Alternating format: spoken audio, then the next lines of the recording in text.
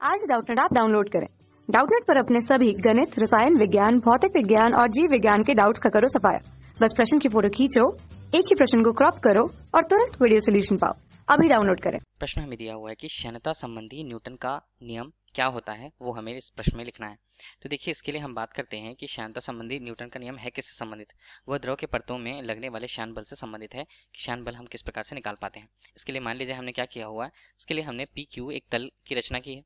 P Q को हमने ले लिया एक स्थिर तल में द्रव एक द्रव जो है उससे होकर बह रही है। द्रव की दिशा कुछ इस तरफ है कि बहने की दिशा। द्रव को हम कई परतों से मिला हुआ होकर बना हुआ मान सकते हैं।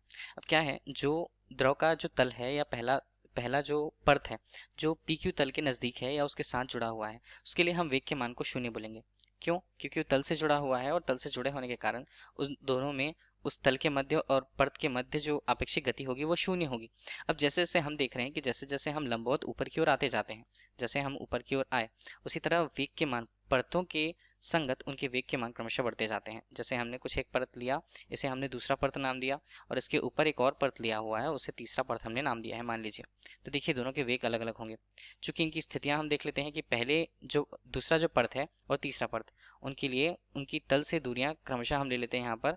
मान लीजिए, देखिए, पहले के लिए वो दूरी है वो x और दूसरे के लिए वो दूरी है डेल धन डेल एक्स। डेल एक्स हमें क्या बताता है? इस दोनों परतों के बीच की अपेक्षिक दूरी को। इसी तरह वेग की बात करते हैं तो दूसरे के लिए जैसे जैसे हम देख रहे हैं कि जब हम ऊपर जाते जाते हैं तल से लंबवत, तो वेग का मान क्रमशः बढ़ते जाता है। अब यहाँ की स्थिति के लिए वेग को v बराबर v हमने लिया हुआ है, और चलिए दो v2 से प्रस्तुत करें और v3 से प्रस्तुत करते हैं तो उसका मान बनेगा v धन डेल v के रूप में।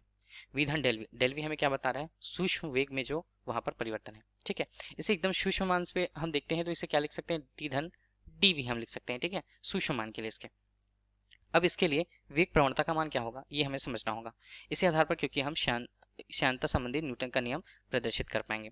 वेग प्रवणता देखिए क्या होता है। वेग प्रवणता वेग प्रवणता हमें बताता है कि इकाई दूरी पर स्थित दो द्रवों के तलों या परतों के मध्य जो अंतर होता है, वेग का जो अंतर होता है, उसे हम बोलते हैं वेग प्रवणता। मतलब देखिए, हमारे पास वेग प्रवणता क्या होगी। वेग में परिवर्तन हमने बताया एकांक दूरी के कारण। वेग में परिवर्तन किसके कारण? एकांक दूरी के कारण। देखिए, हम यदि नीचे से देख रहे थे, नीचे से हम ऊपर जा रहे थे, वेग प्रवणता, तो ऊपर जाने पर जो दूरी है वो बढ़ती जा रही थी। तो दूरी के साथ बढ़ने के साथ साथ वेग में क्या परिवर्तन होता है, उसे हम बोलते हैं इकाई दूरी के रूप में। ठीक है, इकाई दूरी के रूप में हमने इसे ले लिया। वेग में परिवर्तन को कैसे लें? अंतिम वेग और प्रारंभिक वेग के अंतर को। v धन डेल v हमारे पास क्या है? अंतिम वेग है, और प्रारंभिक वेग हमारे पास v। और इसी तरह दूरियां यदि हम देखें तो x धन, यहाँ पर इसे भी dx के रूप में प्रस्तुत करते हैं क्योंकि सूक्ष्म दूरियां हैं। चलिए, ठीक है, इसे हम यहाँ पर लिख लेते हैं सूक्ष्म दूरी के रूप में x धन dx के रूप में। ठीक है, हमने ये इसे लिख लिया। अब मान क्या बनेंगे? ऋण यहाँ पर होगा x के रूप में। मान बने हमारे पास कितने? dv अनुपात dx के रूप में। यही हमें बताता है वेग प्रवणता के मान को। अब देखिए, जो श्यानता संबंधी नियम है वो न्यूटन के द्वारा क्या प्रतिपादित किया जाता है? न्यूटन के अनुसार कोई भी, यहाँ पर द्रव की दो परत हैं, दो परतों के मध्य लगने वाला श्यान बल, ये तो हम समझ गए कि दो परतों के मध्य लगने वाला है।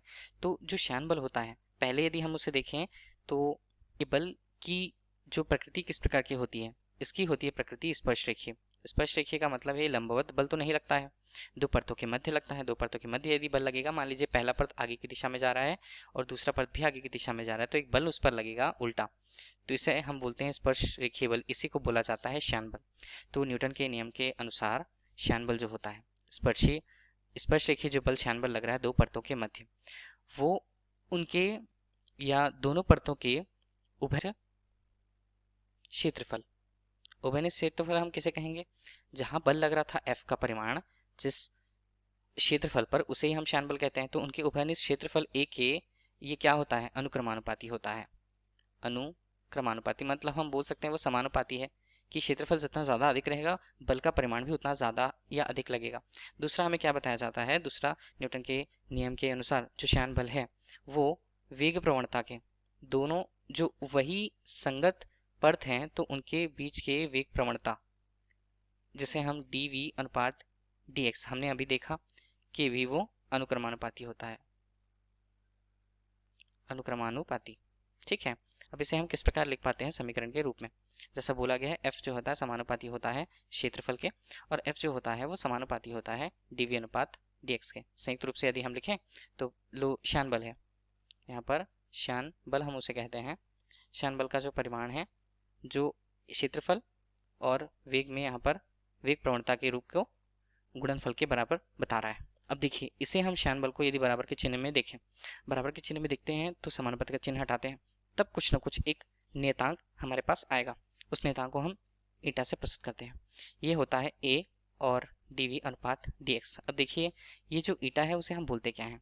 जिस तरह से घर्षण के रूप में हम बात करते हैं ठोसों में होने वाले घर्षण को, तो इसी तरह यदि हम ईटा की बात करें तो ये हमें बता रहा है द्रव पर लगने वाले श्यानता के कारण जो एक गुणांक होता है जिसका मान निश्चित होता है, इसे हम बोलते हैं श्यानता गुणांक। ये केवल वहां पर द्रव की प्रकृति पर निर्भर करता है, तो श्यानता गुणांक का मान नियत रहता है। अब देखिए जो ऋणात्मक चिन्ह यहाँ पर बता रहा है वो हमें समझना होगा कि ऋणात्मक का मान यहाँ पर क्या है। देखिए ऋणात्मक मान जो है इस बात को बता रहा है कि जो श्यान बल है, श्यान बल जो है विपरीत दिशा में, मतलब तल से दूरियों के लिए, जैसे कि तल से दूरियां बढ़ती जाती हैं वेग के विपरीत, जो वेग है यहाँ पर देखिए वेग प्रवणता dv अनुपात dx ये बता रहा है हमें, तो वेग के विपरीत दिशा पे लगती है, मतलब जहाँ जिस दिशा पर वेग होती है उसकी विपरीत दिशा में वो लगती है। ये बताया जा रहा है ऋणात्मक चिन्ह के द्वारा। ये ऋणात्मक चिन्ह हमें यही प्रस्तुत करता है और यही श्यानता संबंधी न्यूटन का नियम है, न्यूटन नियम। धन्यवाद। कक्षा 6 से 12वीं से लेकर नीट, IIT, JEE वो एडवांस के लेवल तक 1 करोड़ से ज्यादा छात्रों का भरोसा। आज ही डाउनलोड करें डाउटनेट ऐप या व्हाट्सएप करें अपने सारे डाउट्स 8400 400 400 पर।